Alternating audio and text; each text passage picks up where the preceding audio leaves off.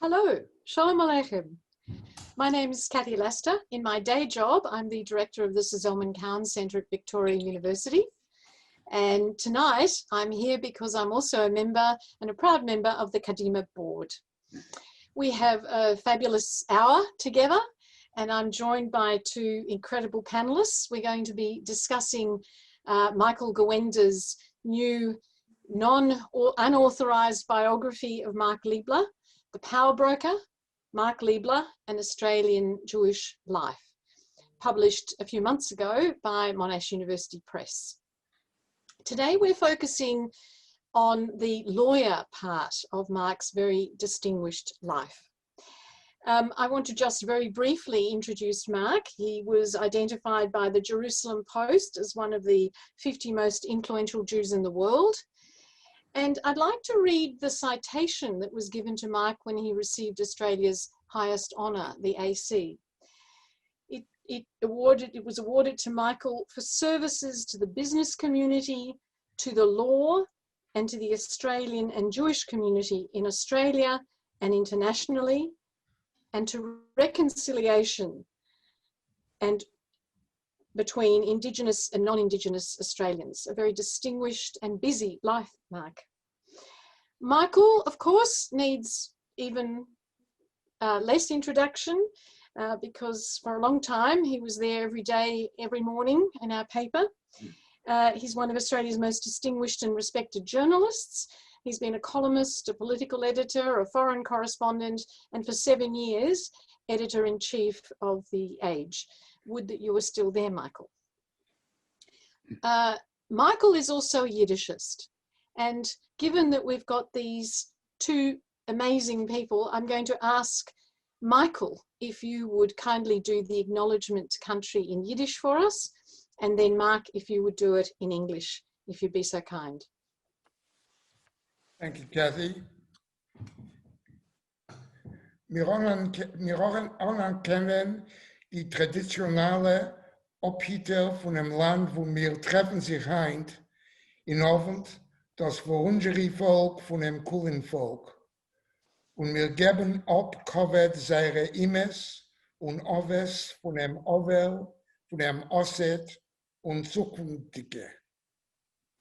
And if I can add in English, we acknowledge the traditional owners of the land on which we are meeting tonight, the Wurundjeri people of the Kulin Nation, and we pay our respect to their elders, past, present, and emerging. Thank you very much, gentlemen. That was a world first, I think, an acknowledgement to country in Yiddish. And indeed, it brings us to our first question. There has been a long tradition of this support by the Jewish community, but particularly lawyers in the Jewish community, of Indigenous issues. And Mark, of course, is a shining example, but of course, there are many others. The late Ron Kasten, Ron Merkel, Nim Spiegelman in Sydney, and the Freedom Rides. This is a very strong and noble and very proud connection. So I was wondering if, Mark, you would kindly tell us a little bit about why you think that is the case. How do we explain this? On the face of it, they're not natural bedfellows. Well, I guess, how do I put it? It's an organic connection I've found for me, and not only me, but my firm, Arnold Bloch Leibler. It was forged for the first time about 3 decades ago when Ron Kasten came to us with the Yorta Yorta native title claim, which I must say I took on without hesitation.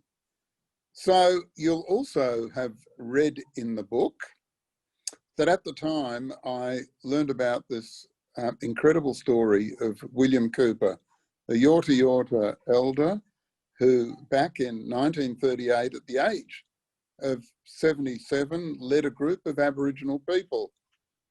They walked for some 10 kilometres from Footscray, where he lived, into the city to the German consulate to protest the persecution of the Jewish people by the Nazis. Now, as a child, William had been educated by the Anglican priest, Daniel Matthews, who had encouraged Aboriginal students to identify with the Jews of the Bible as sort of, well, disempowered but unified peoples. So all these years later, he must have felt, horror at what was happening to the Jews in Germany, and he must have felt it very personally. But stepping aside from that, when you consider the privilege of living in Australia, which I think it's fair to say, outside of Israel, is the very best place in the world for members of the Jewish people to live, it's just simply and plainly unacceptable to us that our First Peoples have suffered and continue to suffer across every measurable social indicator. So our ethos, if I can put it that way, of Tikkun Olam gives us, in my view, a special responsibility as a Jew to help right the terrible wrongs perpetrated over such long period of time against Aboriginal Australians. That's the intellectual justification. That's a rationale. Yeah. Michael, what do you think was the personal? How did that impact the work with Indigenous communities? It happened quite late in your life, about 50, right? When you were involved in Indigenous issues. Why do you think? Well, I'm sorry, Kathy, but 50 is not late in life. Okay, okay. I stand corrected. Okay. But it's in terms of the span of a lifetime, it is true that for the first 50 years of Mark's life, I think it would be true to say that he lived almost, apart from his law practice, a wholly Jewish life. He grew up in a Jewish environment. He went to a Jewish school. As a modern Orthodox family, they performed all the rituals of Jewish life. The Friday night, Saturday, I think even davening, most probably daily, and I think that he knew very little, as far as I could see, about, like most of us. I think this was true about most Australians. Knew very little about what had happened and what was the state of the First Nations people of this country. They were hidden from us. They were hidden from my generation and Mark's generation. We are of the same generation. And I think that, yes, Ron Caston came and suggested that Mark's firm, that ABL, get involved with the Yorta. And I think that it's true. Mark made a decision that he would commit to that particular case, which in the end took years, more than a decade, to actually resolve. But I think that in emotional terms, the turning point for him was his relationship with Noel Pearson, and Noel Pearson coming to ABL on the recommendation of Ron Caston to do his articles and then work for the firm for several years. I think it was the connection with Pearson that in some fundamental way emotionally connected Mark to the cause of our First Nations people. So was it that individual relationship, do you think, Mark? The strength of that? People describe it as a kind of father-son relationship, that you both love each other. Look, he had a huge impact on me. An incredible intellect. He had the capacity to articulate things in a way that I've never seen anyone else do. He had a very clear-headed vision of where he wanted to go. He was the one that, in a sense, created a revolution in Indigenous affairs. I mean, he figured out that if Indigenous people are going to go somewhere, they have to stand on their own feet, and just simply having welfare money showered on them, that's not the solution to their problem. But you know what? It's something that we pretty much understand and take for granted nowadays. It wasn't always the case. He has spoken and also spoke to Mark about the impact of coming to Melbourne and coming to know you and the Melbourne Jewish community. I was very kind of moved by what he had to say, including at the launch of the book, about how much he learnt about the Melbourne Jewish community and how that directly translated into his own activism. Do you want to tell us a bit about that, Michael? Well, I think that what Mark said just then is really important in this, because Noel, before he came to ABL, he had concluded that there had to be a way for Indigenous peoples not to be defined totally by their victimhood.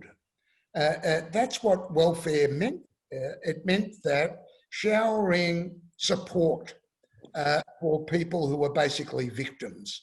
And I think that before he came to ABL, he had concluded that there had to be a way for Aboriginal people, for Indigenous people, not to be defined, to get beyond victimhood, to be actors in their own destiny.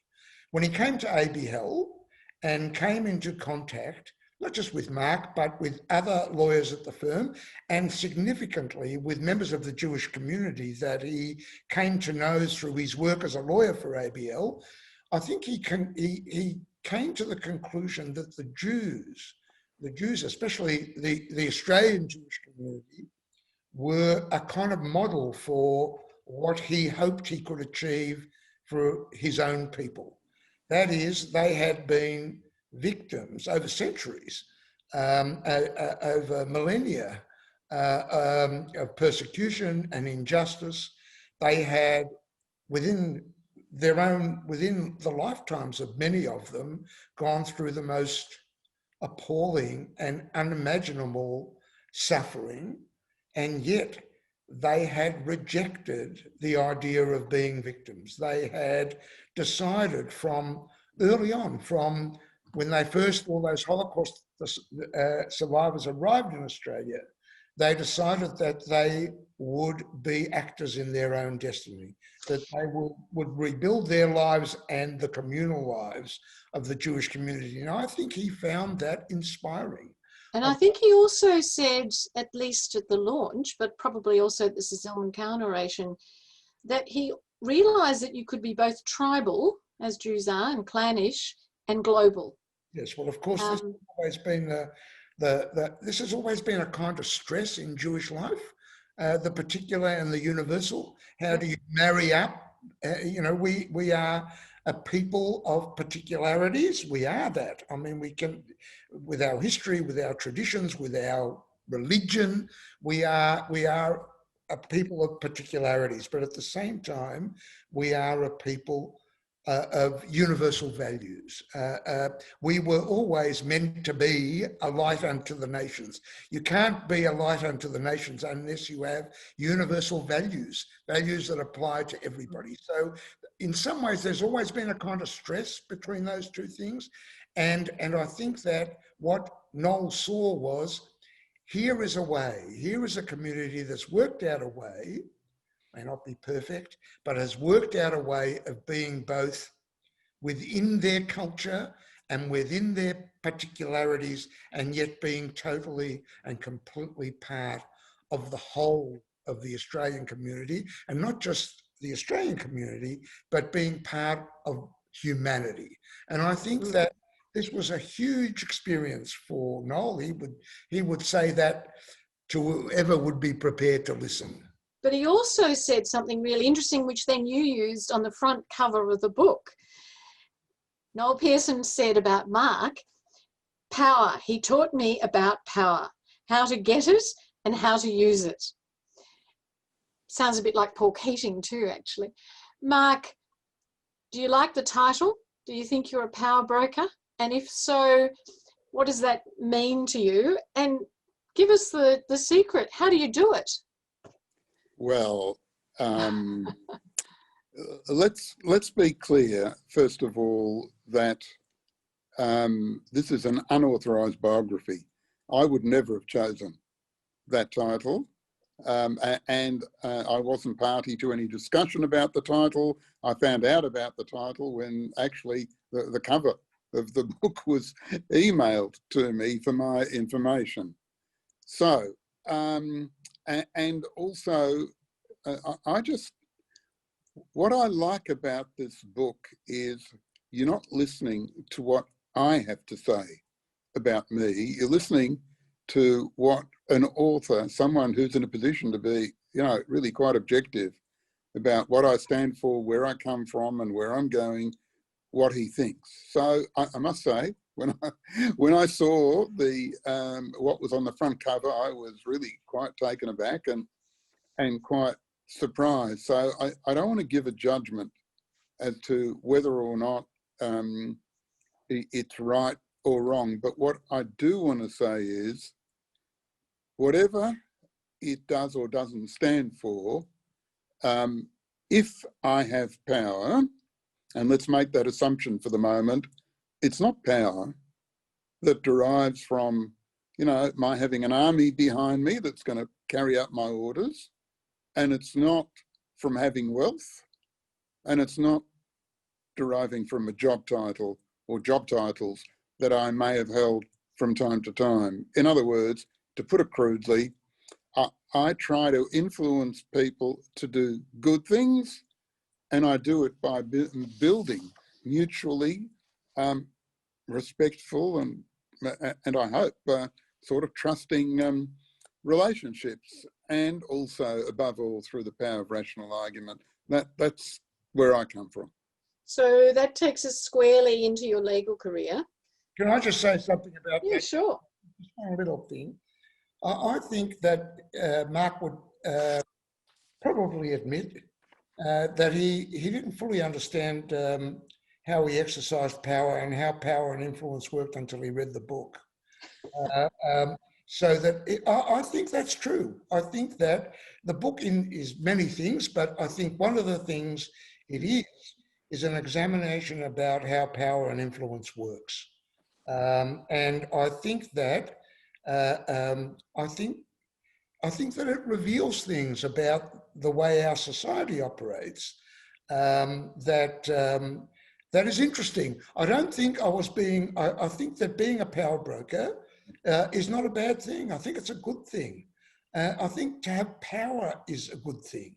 I think that how you use it is what's really important. But we should never think that having power, people or a person, a people in particular having power is a bad thing. It's a good thing. Yeah, the Americans never shy away from that. No. In Australia, we're very self-conscious about that. We're very self-deprecating when we exercise power. Americans would say it's a great thing. Yes. How much Helene Teichmann and Paul Keating and a number of other people that Michael interviewed said a couple of things. Keating said, influence, let's call it influence for the minute, will get you into the room, but you have to value add. You've got to contribute. And Helene Teichmann said of you, you had two strings to your bow. In contrast to other Jewish leaders, it wasn't just that you were going there as a diplomat or as a lobbyist or anything else. You're a lawyer. So how much of being a wonderful lawyer gives you that entree and that influence and that power? Look, first of all, I've never distinguished between these two aspects of my life. I mean, let's be clear about that. And, ABL, Arnold Bloch Leibler, doesn't distinguish between those aspects of our work. They're critically intertwined. So, for example, my first interactions with John Howard and Paul Keating, they were on tax matters, but subsequently I dealt with them, both of them, on issues of concern to the Jewish community. It's not that I decided to be a lawyer to enhance my community leadership aspirations. I mean, let's be clear about that. And nor did I take on community leadership roles in order to enhance my practice as a lawyer. The same can be said about our public interest practice. I mean, it's turned out that this aspect of our work, particularly, by the way, in relation to Indigenous causes, it truly attracts the best and the brightest lawyers to the firm, and it also attracts commercial clients who admire us for the work that we do in this space. But we never imagined that this would be the case when, you know, for example, we first took on the Yorta Yorta, and it wasn't why we did it. Now, of course, the study and practice of law does give people skills that lend themselves to leadership in different arenas. Teaches you how to think about things, how to reason, how to set priorities and develop logical arguments. So the two spaces go hand in hand with each other. So, but you started thinking about being a leader and that you had leadership capacity, according to Michael's book, quite early. And you saw yourself as having whatever that concept of those leadership skills was. What did you understand by leadership, and what do you understand about it now? Sorry, what did I understand by? About leadership. What did you think were the skills that you had when you were at Mount Scopus or in B'nai Akiva or early life? You said, right, I'm going to be a community leader. Okay. So let me just say that leadership, comes, more naturally to some than to others. That's a fact of life.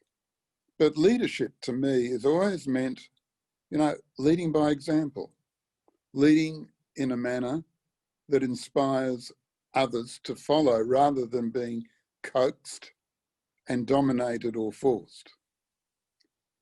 If you look at, by the way, if you look at our partnership at Arnold Block Leibler, there's plenty of egos around the place. Sure. It takes it takes a fair bit of skill to manage this so that we are still a very, very cohesive firm. But really, if you want to know the most crucial quality, in my view, in a leader, is good judgment. It comes hopefully from experience. It's not something that you can learn from a textbook. Michael, do you have any views about what is the inchoate essence of leadership that Mark has? He says good judgment. Yeah, I think that what he said, what Mark said just then is right. I mean, in part, being, firstly, a self-belief, which I think he's had since he was a teenager, a belief, and this self-belief, in my opinion, I don't want to be a kind of pseudo-Freudian or whatever, but I think he got it from his family. I think he got it from his father. Unfortunately, his father died when Mark was quite early, but he had a formidable mother who I think had big plans for him. And from when he was a small boy, not just for him. It's always the mothers, always the mothers. Well, I think it is. I mean, how many stories like this have we all heard? Bob Hawke's mother told him from when he was a baby, you're going to be Prime Minister. Now, I don't think Mark's mum told him he was going to be Prime Minister, but she certainly raised him to believe that he had a future both as a lawyer, if that's what he chose, but a future leading this community in which the Leibler family was so rooted. So he had that to start with. He had this self-belief, I believe. And then he had qualities. I mean, he was hardworking, he was organised. He did have a way of focusing on people, I think. When they spoke to him, he spoke to them. He had this mantra that he repeated to everybody that worked for him or worked with him, always answer phone calls, always answer emails, never let people wait for you to respond. I mean, this is all about being there, present, making decisions, leading by example. So I think that's true. And I think that's probably how he has led organisations. I mean, the downside of that sort of leadership, I'm not saying this is true about ABL, but the downside of that sort of leadership is that you are the organisation. In the end, you define what it does. You define its goals. You are it. And if you go, it's very hard for you to be replaced. So I think that's true about. I'm not talking about ABL here. You know, I think different things about ABL, but I'm talking about Jewish organisations. I mean, the Leiblers, Mark, they dominated communal life and sort of dominated the organisations that they ran. Now, I think that we're never going to have another generation of leaders like them. Can I just hold fire, because I should have said, of course, this is a fascinating conversation and we would really like you, members of the audience, to be involved in it. At the bottom of your screen is a Q&A function, and if you chat if you write your questions in that, we will identify you if you want to be identified, and when we come to the question section, I'm sure there will be, you know, this is full of Jews, this audience, right? There will be questions, there will be comments, there will be criticisms, there will be you know, everything. So please feel free to disagree or put in what you think, and we'll try and put it to Mark and Michael. Is it particularly hard to be a Jewish leader? I mean, I'm thinking, you know, there are parts of the book where you talk about Mark's involvement in Jewish affairs, and as Julia Gillard said, you'll never die wondering what Mark really thought. And he certainly makes that known. I think in the Jewish leadership tradition, we have imperfect leaders, and they're often cranky and grumpy. I'm thinking, you know, Moses striking the rock or throwing down the tablets. We kind of put up with them being very forceful and very assertive. So I'm interested in how Mark sees himself as a leader. What 3 words would you describe about your leadership style? It's a very consultant type question. Well, first of all, I mean, Julia Gillard was right. I mean, I don't believe in mincing words. If you've got something to say it and be very direct about that. And that's the way, you know, I've dealt with partners, colleagues, prime ministers, foreign ministers. I've always felt it very important to be direct and not mince one's words. I mean, I've been in certain meetings with other people who've been trying to put a point of view. When I've walked out of the meeting, I haven't really known what they wanted to achieve. So yes, no, directly. But the other thing is this: don't waste your time trying to bring about things which are simply not achievable if you think about it. So, for example, let me take the law for one moment. As a lawyer, I've seen lawyers prepare lengthy submissions in areas of tax, in terms of reform, in terms of changing legislation, which I knew were never going to go anywhere. We're going to go straight into the rubbish tin. The relevant minister was never going to see it. Even a senior bureaucrat wouldn't get a look. I've always focused on doing smaller things, but smaller things which have a big impact down the line, and achievable things. So that's where I come from. So let me ask you that. Is that a particular Jewish take on it, that directness and that pragmatism, that realism? No, I really don't think so. I mean, I've seen, you know, some of my Jewish colleagues who are very indirect and very different in their approach. from me. I really don't think it's a Jewish trait. I mean... Okay, fine.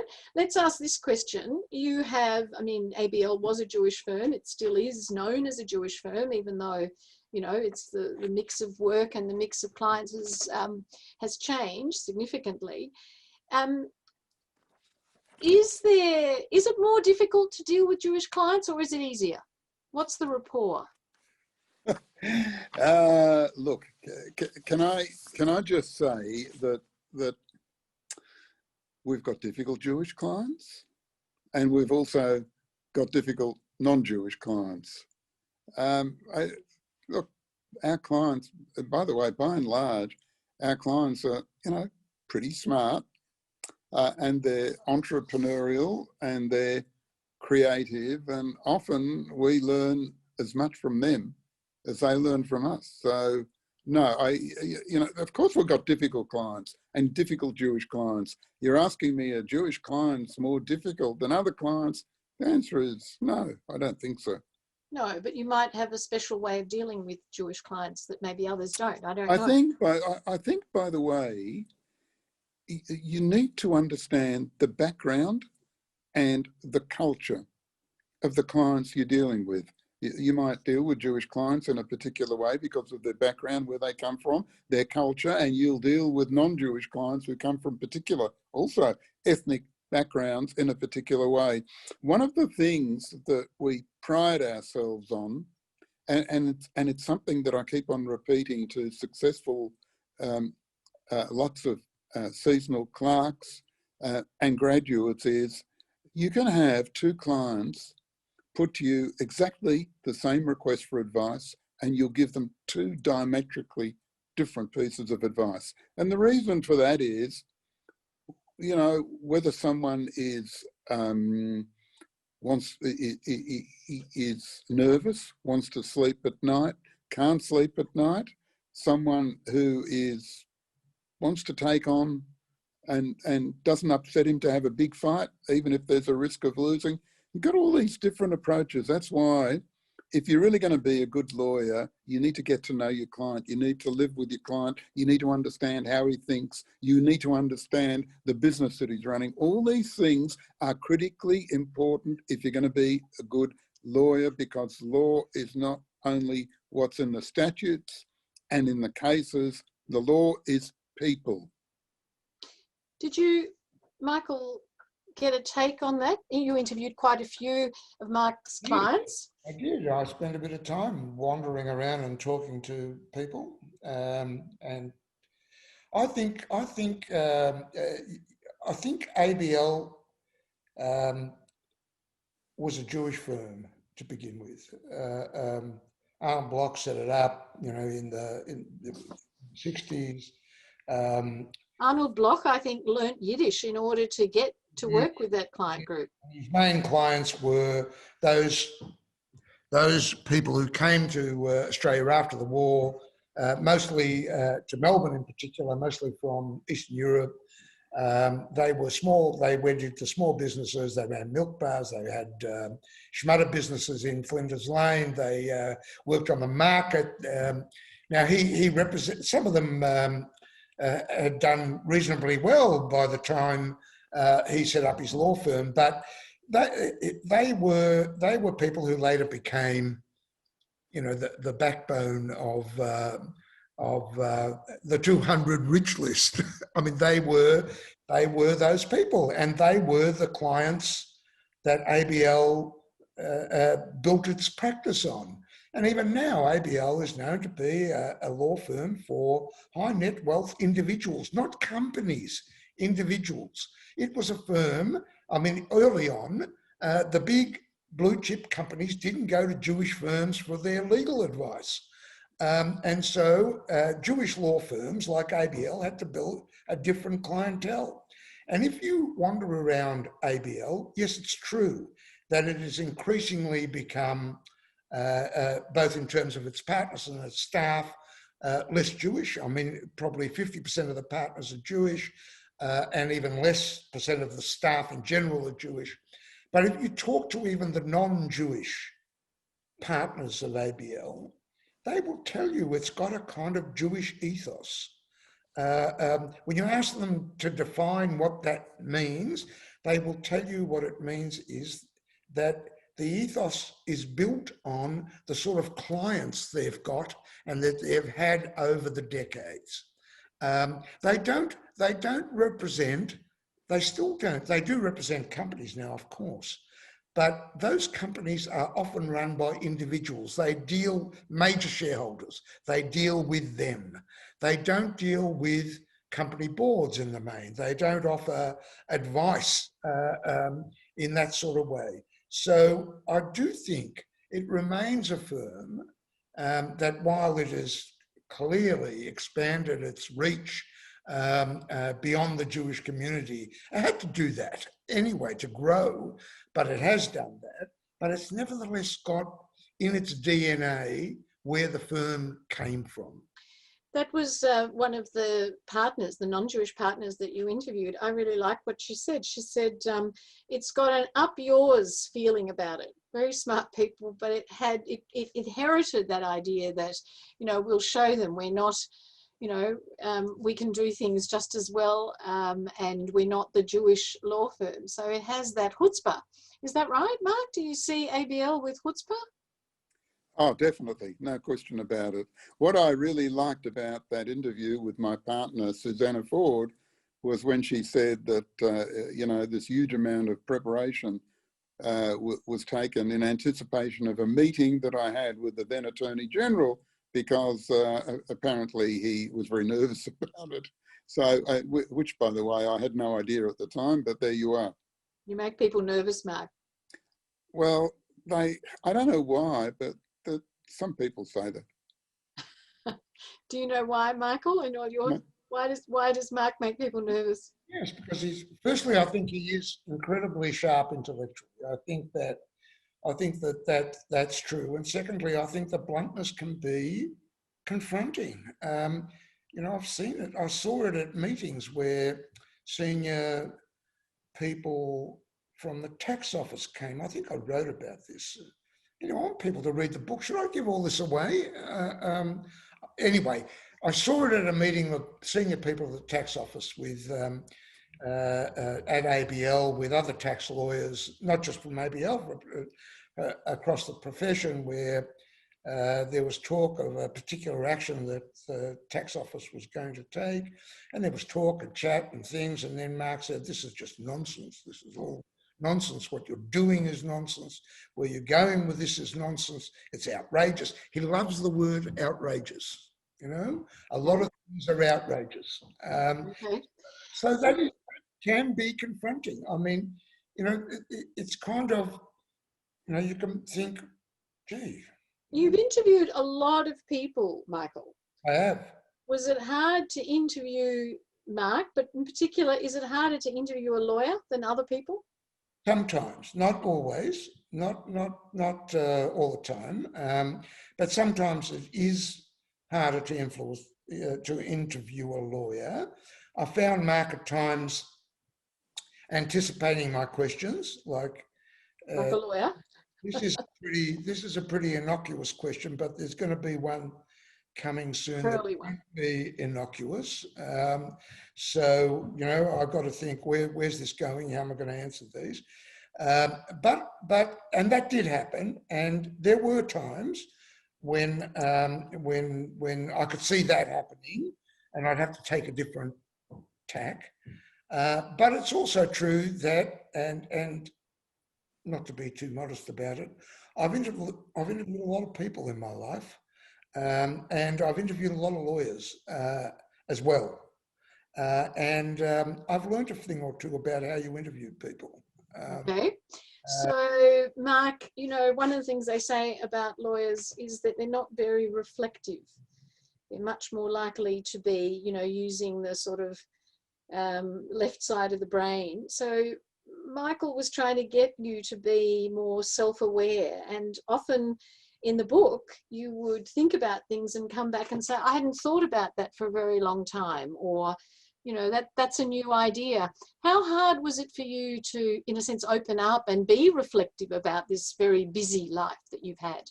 Well, I will tell you what I found very difficult.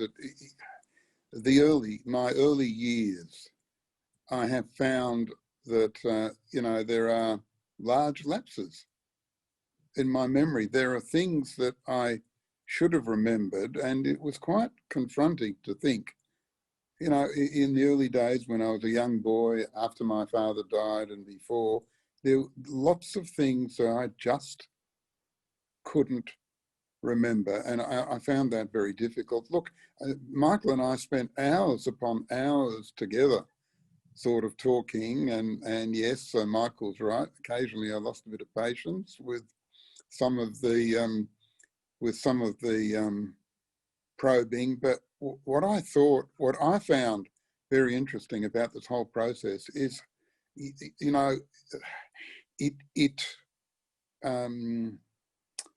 brought to light in my own mind things that had been, you know, disappeared into my subconscious somewhere, and I found it, to me, it was quite fascinating just reading the book, frankly. Okay. Well, we all need a book written by Michael about our lives to get a sense of them. We're still taking questions on the Q&A line, but we've got a number already there, and I want to leave time for those. I think there's one from Rachel Heinrichs. Hello, Rachel. And then one from Paul Forgas. But before that, perhaps Colin Golvan, because I think we've got him ready. Colin has a question, I think, in relation to the Indigenous issues that we started this conversation about. John, if you could get Colin up for us. Colin isn't in the list. I know he's here. Colin, are you masquerading as someone else? Can you put yourself in the chat, in the Q&A, and then we'll find you? Well, maybe then Rachel Heinrichs. Rachel, you had a question, I think, about succession or rearing children. Rachel Heinrichs? I think they need to unmute. They do. I think that's probably the delay. I know that Rachel's question, because I've got it here. Mark, how have your children been groomed for leadership, and are they groomed differently? Look, they see there she is, what goes Rachel. on. Hi, Rachel. Hello, Mark. They see what goes on in our home. If you're asking me, are they groomed for leadership? No, not as such. But, you know, we have dinner together. We go to the synagogue together. We meet as a family. Now they're all grown up and they've got their own families. We get together on Shabbat, you know, for dinner. So, and we talk a lot. You know, what I find at this stage of my life is I very frequently turn to them for advice, which is really quite nice. And it's pretty smart advice. Nearly all, Jeremy's all of the in the time. audience. Jeremy, feel free at any time to let us know that you're there if you want to pipe in. Have you been groomed for leadership? You've taken over the Zionist Council. You're following in direct footsteps. And of course at ABL as well. Feel free, let us know. Kathy, I'm ready to ask my question if you... Indeed. Okay, I can't see you, so perhaps if we... All right, start. You ask you, there he is. Colin, go for it. Hello, Michael. Good lawyer question. Colin Golvan, QC. I just want to say at the outset, just to acknowledge the incredible work that Mark and ABL have done over the years in the Indigenous field. And I want to ask about that, and in particular, where to from here? None of us are getting any younger. We need to be thinking about succession in the future. And I wanted to frame my question about the future of the involvement of Jewish lawyers with Indigenous matters in these terms. Can anyone imagine a day when we have a black senior partner in a major commercial law firm, or indeed a black version of Ron Caston, and how on earth we're going to get there? Well, I think we're going to get there because they're gradually coming up the ranks. And if you look at, you know, I happen to sit on the Melbourne University Council. but I know what Melbourne University is doing in terms of promoting, Indigenous students, encouraging more of them to come up through the ranks, to get degrees. And I think we're going to see that day. Look, frankly, the one thing that I regret, and I've told Noel Pearson this, is I'm sorry that he didn't take up Paul Keating's offer for a seat in Parliament at the time, because I think he would have been a fantastic Prime Minister. So I think it's going to happen. It'll take a bit of time, but it's going to happen. That's another very robust leader. Paul Forgas, I think, has got a question. Thank you, Colin.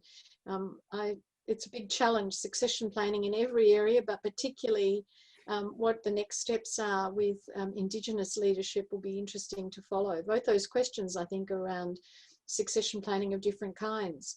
Paul Forgas had a question, if we can find Paul. John's doing a marvellous job identifying, I think there's like 240 people, which is an extraordinary testament to how curious I think people are about you, Mark. Have we got Paul handy? Yep, I'm here. Great, just turn on your computer. Sorry. Here we go. Can you see me now? Okay. Hi, Paul.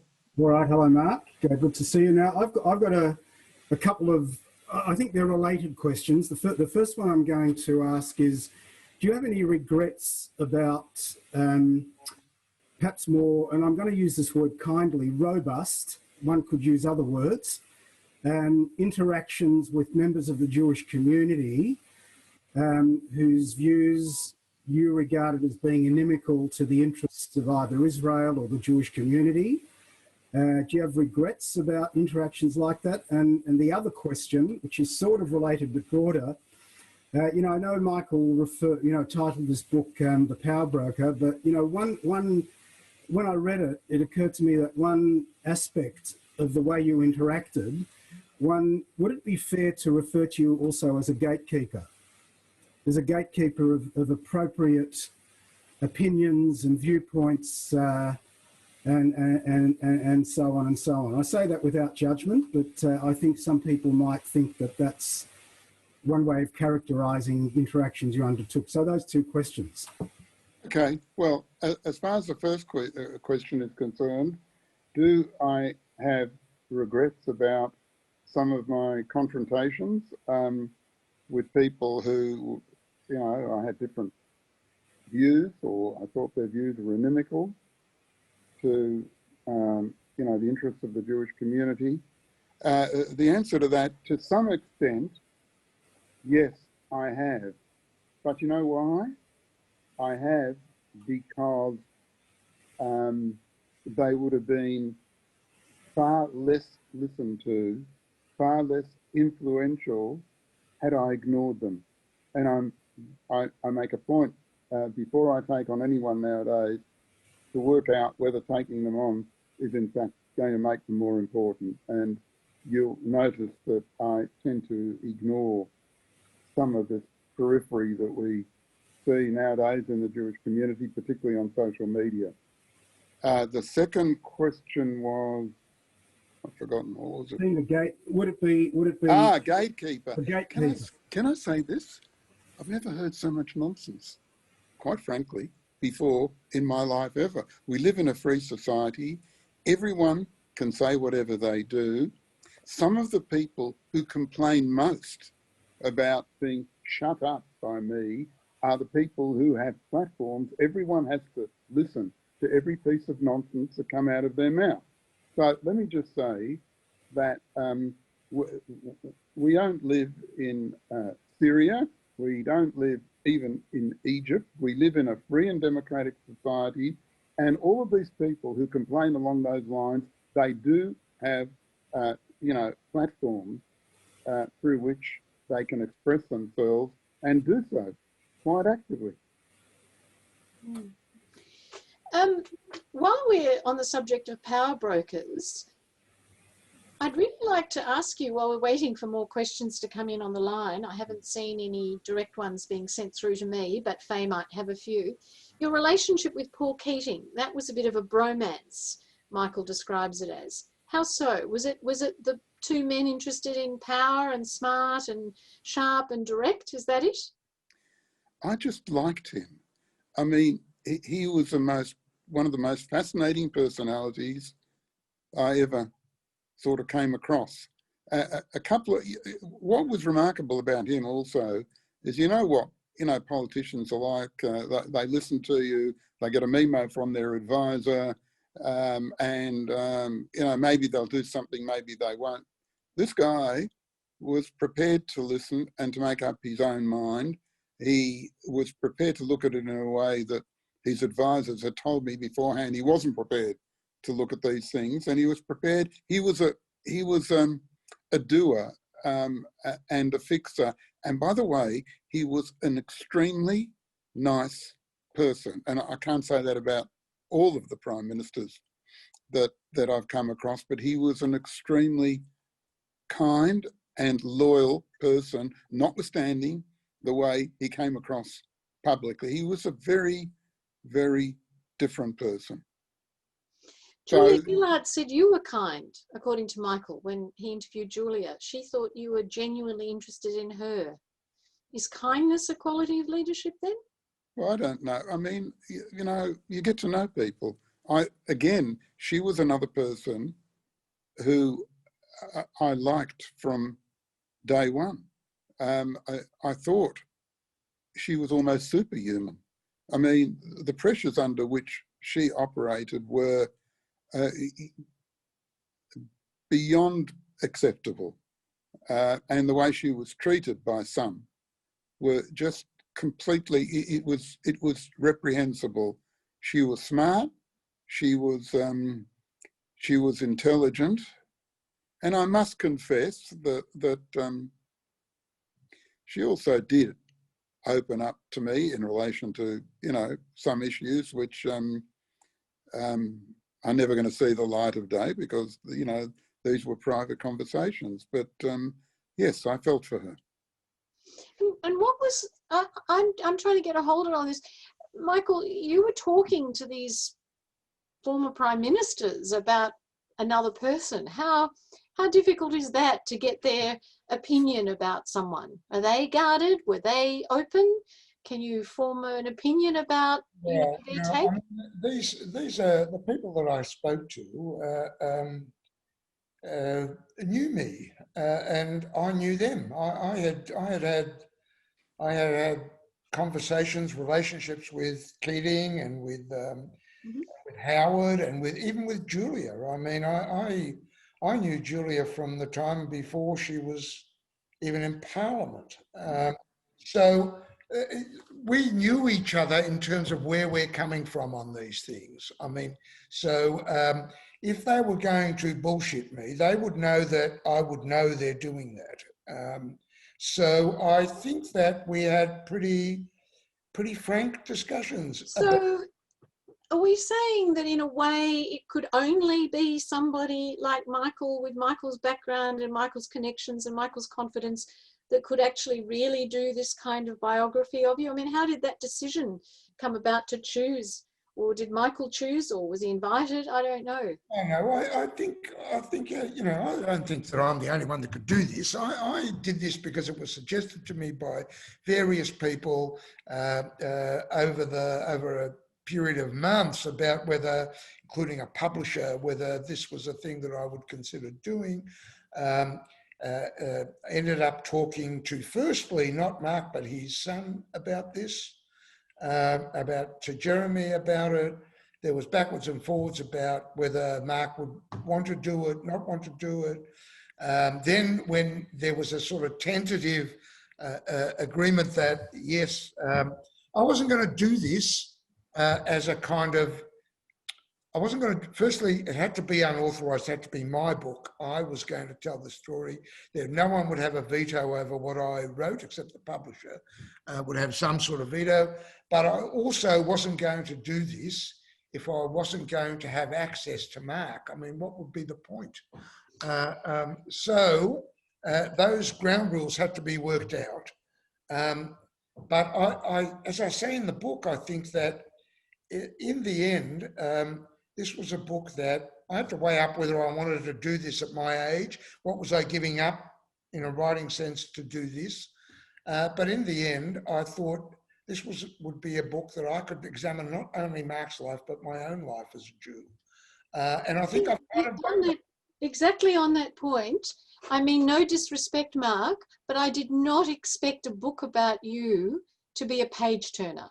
You know, knowing you, I thought, okay, well, this is an interesting book, but it was an absolute page turner. And I think for me, at least, the reason for that is because this was a book about Melbourne and about Melbourne Jewry and about a particular generation. So Michael, who comes from a Bundes-Skift family, you who comes from an Orthodox Mizrahi background, probably your lives were quite independent. But the way Michael tells the story of this tapestry of Melbourne Jewry was what I found amazing. Because for me, for a long time, oh, well, there were those old men in Ackland Street on Sunday morning buying bagels and arguing and talking very loudly. And it wasn't actually until I read Michael's account of the politics and the communal spirit that underscored the development of ABL, of your father's generation, that I suddenly went, wow, a bit like, you know, the acknowledgement to country where we acknowledge elders past, present and emerging. I kind of had an aha moment to say, I actually do need to acknowledge our elders who came under the most extraordinary circumstances and brought such skills with them and built this incredible Melbourne Jewish community, which is quite unique. So that's why I found it a page turner, and you were the vehicle for that. Is that fair? No, I want to add just one more thing. Everything that you say is true, but there's another aspect to it as well too. What helped make it a page turner was the interviews that Michael did. I mean, you know, you had 3 former prime ministers, you have the immediate past Commissioner of Taxation there, and you had a whole other range of people. I think that's what made the book quite fascinating. It wasn't simply Michael going through my papers and using documents in order to prepare some sort of summary of my life. It was quite different from that, and I think that's what made it interesting. Well, I think can I just say, Kathy, that's a very, very good summary by Mark of what makes it a page turner. But over and above that, let me not be modest about it. No, far better. Who writes the book? If it's a page turner, it's because of the skills I have. Oh, I'm sorry, Michael. It's the skills of the writer. You're completely right. No story exists before the writer actually writes it. Well, it's been fascinating. While we were talking about acknowledgement of leaders, I'm going to introduce co-president of Kadimah, Joe Tiggle, who also has a very distinguished Kadimah ancestry through his father, who was one of the leading lights of Kadimah. And we're going to ask Joe to thank you and close this session. Joe, if you're about to be on camera, please reveal. I am. I'm clicking my camera button, and very good. The convener needs to let me in. The host needs to approve that. Thanks, John. Right. Okay. Here we go. Thanks, everybody. That was fantastic. I just want to acknowledge the great efforts and the very stimulating session that we've had, and also, Kathy, applause for you for keeping it to the hour that you promised that you would. Es ist mein großes Vergnügen, im Namen von der Kadimah, unserer Mitglieder und unser Komitee, euch zu danken, Mark, Michael, Kathy, für ein ausgezeichnete Webinar. And that's a new Yiddish word which I'll try and have put into the Yiddish dictionary. I remember as a child, if I struggled to find a Yiddish word, if you put enough accent on it, you used to get away with it, because it was very common for my mother to tell me, "Ze geit parken the car." So that was the sort of Yinglish that I grew up with. Just a quick note before I thank you all and close the session.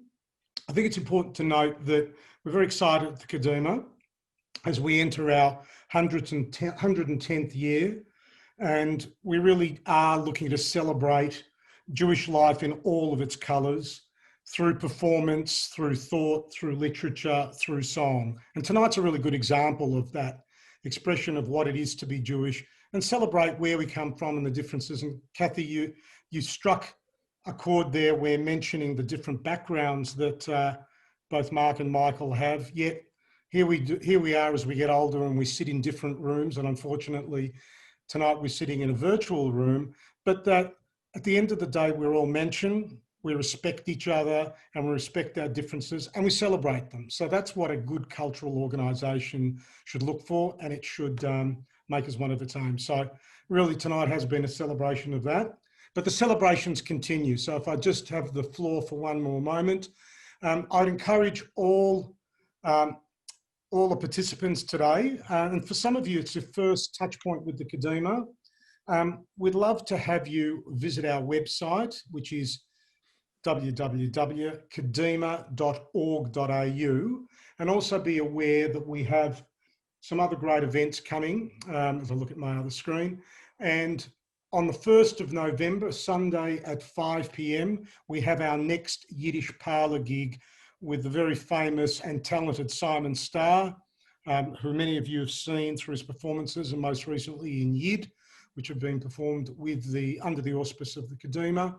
So I encourage you to go to our website, log in for that and book in for that session. And also on the events page, you will also find Kadimah on demand, and you'll be able to see some great events that we've recently had, such as the Yiddish Divas, Play Me a Poem, and even Shakespeare in Yiddish, such as the level of activity that we've had.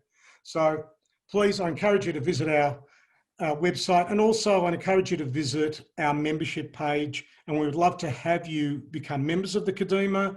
We're looking to do more of these sorts of sessions, and also special events, member-only events, and to listen to what our members have to say and some of the expectations they have of the Kadimah as we move towards 120 year, bis 120. So again, Mark, thank you so much for being available to this. Michael, great work. And oh yes, I must also say that the book is available to be purchased via the Monash bookstore. We'll be making a link available on our website. And if you go to the Monash Book Library, there is a 25% discount on the book. I would encourage you all to go and make that. What would it be like for Jews without a discount? So thank you very much, Joe, Michael, Mark. Thanks so much. Very interesting discussion. I'll leave you with the one question we couldn't get to, which was, what would Mark have liked the book to be called? And we don't need an answer now. Thank you so much, everybody. All the very best. Thank Shalom you. Aleichem. Shalom Aleichem. Thank you. Thanks. Bye. Bye.